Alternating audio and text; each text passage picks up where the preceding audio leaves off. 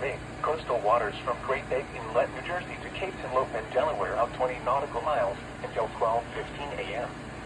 At 11:29 p.m., a front was located along a line extending from 8 nautical miles north of Cape Hatch Island to 9 nautical miles southwest of Stony Point to near Rock Hall, moving southeast at 60 knots.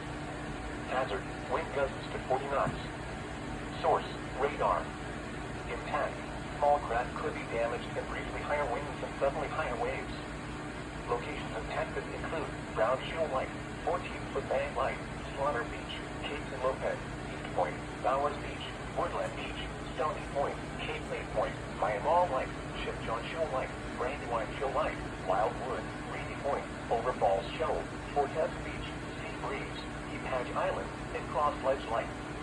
Seek safe shelter immediately. Mariners can expect gusty winds and increasing waves.